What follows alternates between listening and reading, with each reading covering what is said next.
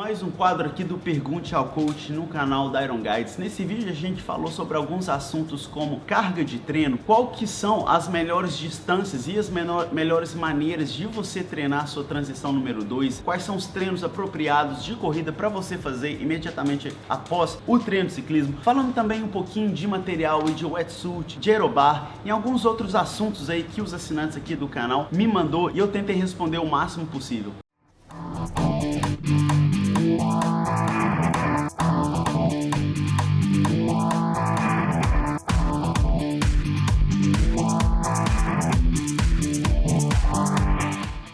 Olá, aqui é o Vinícius Santana, treinador de triatlon da Iron Guides. Lembrando que eu coloco um vídeo aqui no canal todas as quartas-feiras, 7h30 da manhã. E se você quiser aprender mais sobre triatlon ou as modalidades de natação, ciclismo e corrida, assine o canal e aperte o sininho de notificação. E você precisando de ajuda para estruturar seus treinos, entre em contato pelo nosso site ironguides.com.br. O link está aqui na descrição desse vídeo. Então, quadro do Pergunte ao Coach aí, você que é assinante do nosso canal, pode deixar qualquer pergunta relacionada a triatlon. Eu vou escolher as melhores aí e vou responder aqui toda última quarta-feira do mês. Começando aqui pela pergunta do Rafael Oliveira: quais seriam boas distâncias para treinar a transição 2? Por exemplo, eu faço 3x1, eu pedalo 30, corro 10, ou então pedalo 15, corro 5. Rafael, eu ao invés de tentar procurar uma proporção certa, eu dividiria em qual que é o objetivo de você fazer essa transição depois do treino. Você pode ter aí 3 opções. A primeira é simplesmente o fato para você acostumar com essa troca de fazer a corrida após o ciclismo, principalmente aí bastante importante para o pessoal que está iniciando no esporte. Você pode aí fazer um trotezinho sem qualquer intensidade, sem muito volume, 10, 15, 20 minutos já são suficientes. Depois de qualquer treino de ciclismo aí, às vezes inclusive para soltar de um treino de ciclismo. O segundo objetivo seria para acostumar com a intensidade de você correr depois de pedalar. Nesse caso, obviamente aí o foco vai ser a intensidade com volume mais curto. Você pode fazer ou sem parar, faz aí 3 km muito forte depois de pedalar, ou então alguns tiros aí, 3 de 1000, ou então 10 de 400, 8 de 400, alguma coisa do tipo, mas você quer fazer uma corrida em altíssima intensidade para que no dia da prova aquilo venha de uma forma mais natural. E o terceiro objetivo dessa transição seria o volume, que seria principalmente importante para os atletas de prova longa, de prova aí do meio Ironman,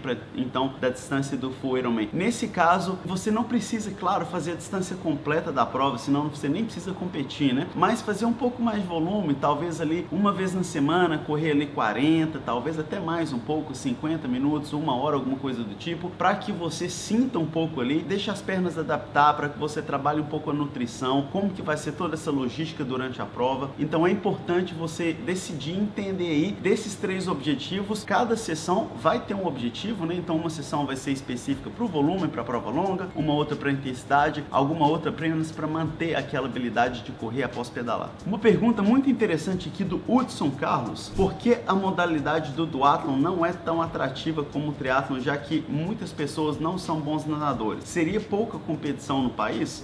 Hudson, não sei. Eu não sei direito por que o duatlon não é tão popular aqui no Brasil. O pessoal que acompanha o canal sabe que eu moro aqui no exterior, eu moro na Tailândia, né? Então um país vizinho nosso aqui, a Malásia, Sudeste Asiático, o pessoal não tem uma tradição da natação forte. Eu fui trabalhar uma vez no Powerman da Malásia e tinham 3.500 atletas na prova de duatlon lá, porque o Powerman é aquele duatlon um pouco mais longo, de 10, 60 e 10, e tem a versão que é metade disso aí também, que é o Powerman curto. Mas então eu fiquei impressionado. A transição eu não lembro exatamente, mas eram umas 4 filas duplas assim, e você não via o final dela. Eram 3.500 atletas, um negócio de assustar. Então assim, não sei ao certo por que isso acontece, e não tem nada de errado, eu acredito, né? Claro que assim, a natação, inclusive vou deixar o link aqui na descrição desse vídeo, é dos nossos programas de duatlon, que eu recomendo, se você por acaso for um duatleta e não tiver muita habilidade na natação, seria utilizar a natação de uma forma bem leve, como um descanso ativo. É claro que assim, se você não sabe nadar, nadar leve vai ser um desafio, né? Mas então talvez focar mais na parte técnica, porque se você por acaso conseguir aprender a nadar e tiver uma performance razoável na natação, vai abrir um grande leque aí de oportunidades em relação aos eventos que você pode participar. A pergunta do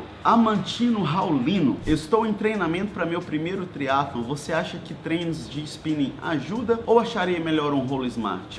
Amantino, como é seu primeiro triatlon, faz o treinamento aí no spinning, porque pelo menos já vai ser uma coisa a menos para você precisar comprar, adaptar, aprender. E se por acaso você gostar do esporte, você gostar do processo de treinamento, do dia da prova, e você aí tiver mais intenções em fazer mais competições, aí acho que vale a pena sim você investir num rolo interativo, até porque ele é muito mais específico em várias maneiras, né? Você usa a sua própria bicicleta, a geometria da sua própria bicicleta. O spinning, ele quebra um galho sim, ele ajuda muito, principalmente aí o pessoal que está começando, já para pelo menos ter a sensação do que é você pedalar em alta intensidade. Às vezes você pode até correr ali na esteira do lado do spinning. Então faz o spinning sim, e uma mistura talvez aí, um pouco de aula de spinning, talvez também alguns treinos específicos para triatlon, porque uma das diferenças da aula de spinning para um treino de triatlon, inclusive eu já dei aula de spinning, então eu sei isso muito bem. O objetivo da aula de spinning é deixar a aula muito interativa, então tem muita oscilação de intensidade, de posição. Já o triatlon é praticamente o contrário, né? Você fica numa intensidade consistente, na mesma posição o tempo todo, então praticamente todo o tempo, o tempo da prova ali. Então talvez alterne um pouquinho, faça uma aula de spinning, até para você curtir mais o processo, e também alterne com treinos mais específicos do triatlon. Agora a gente vai ter duas perguntas sobre o wetsuit, sobre a roupa de neoprene. A primeira é da Britanf Naval. Se tratando de natação em águas abertas, seja salgada ou água doce, qual o milímetro do neoprene ideal para a melhor performance e flutuabilidade? E a segunda pergunta do Ronaldo Oliveira: o wetsuit sem mangas é melhor que com mangas? Porque pode não segurar o braço. Bom, primeira pergunta aqui da questão do milímetro. Eu fiz um vídeo chamado Tudo sobre o wetsuit, eu vou deixar a descrição aqui, e também já responde também um pouco da segunda pergunta do wetsuit com sem manga. Então o que acontece em relação ao milímetro aqui?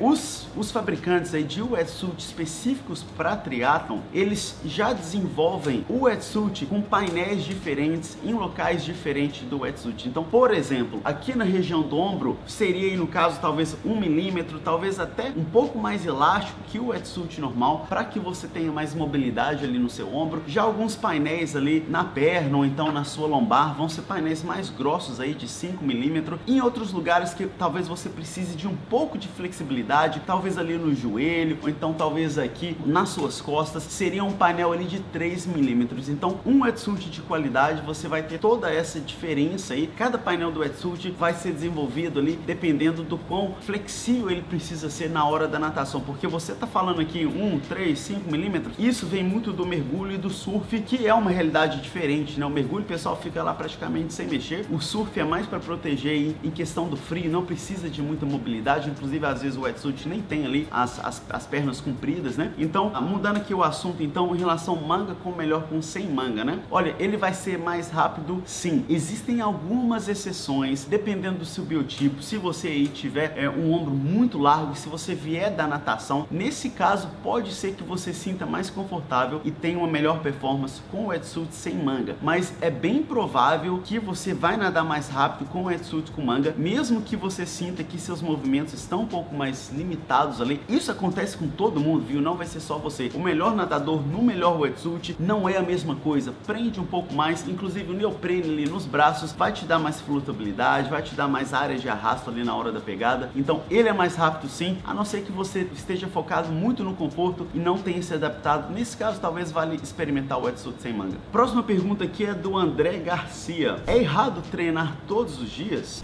Olha, André, nem um pouco. Inclusive, assim, o pessoal tem toda essa questão de eu devo tirar um dia de descanso na semana. É claro que assim, vai depender muito, mas vai depender totalmente do seu nível. Se você for um atleta iniciante e não tiver acostumado com uma carga de treino muito alto, nesse caso aí, comece ali, talvez tirando um dia de descanso na sua semana, tente fazer ali 2 treinos de natação, 2 de ciclismo, 2 de corrida. Você inclusive pode combinar alguns desses aí para aumentar a frequência do treino de cada modalidade. No nosso programa para iniciante por assinatura mensal, a gente tem um dia de descanso por semana, mas à medida que você for entrando em forma, não tem nada de errado em você treinar todos os dias. Inclusive eu já fiz aqui um vídeo no canal também sobre como fazer para treinar 2 vezes no dia. Então o pessoal que já é do nível mais intermediário para avançado, a gente chama de treino duplo aí, né? Eu inclusive como atleta profissional já fiz treinos triplos, manhã, na hora do almoço, no final do dia. Então aos poucos aí vai acostumando com a carga de treinamento alta e vai aumentando a frequência, o volume, a duração dos seus treinos, para que você aos poucos aí vá conseguindo chegar nos seus objetivos. É claro que vai depender do seu estilo de vida, dos seus compromissos aí pessoais e profissionais também. E a última pergunta aqui é do Michael Lee.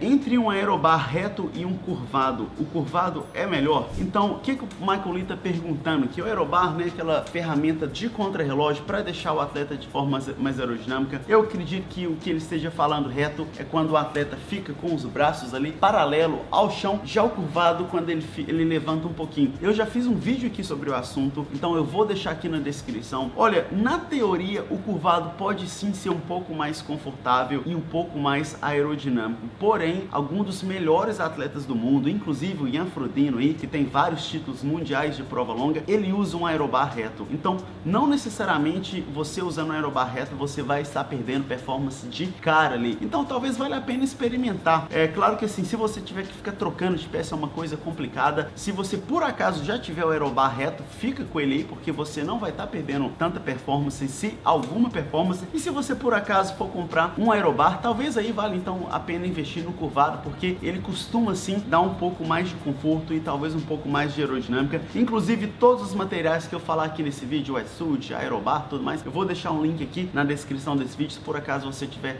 o interesse de fazer a compra. Então esse foi o vídeo de hoje, pessoal. Deixa aí aqui nos comentários qual dúvida que você tenha para que eu responda aqui no próximo bloco do Pergunte ao Coach. Se você gostou desse vídeo, por favor, dê uma curtida. Até a próxima e bons treinos.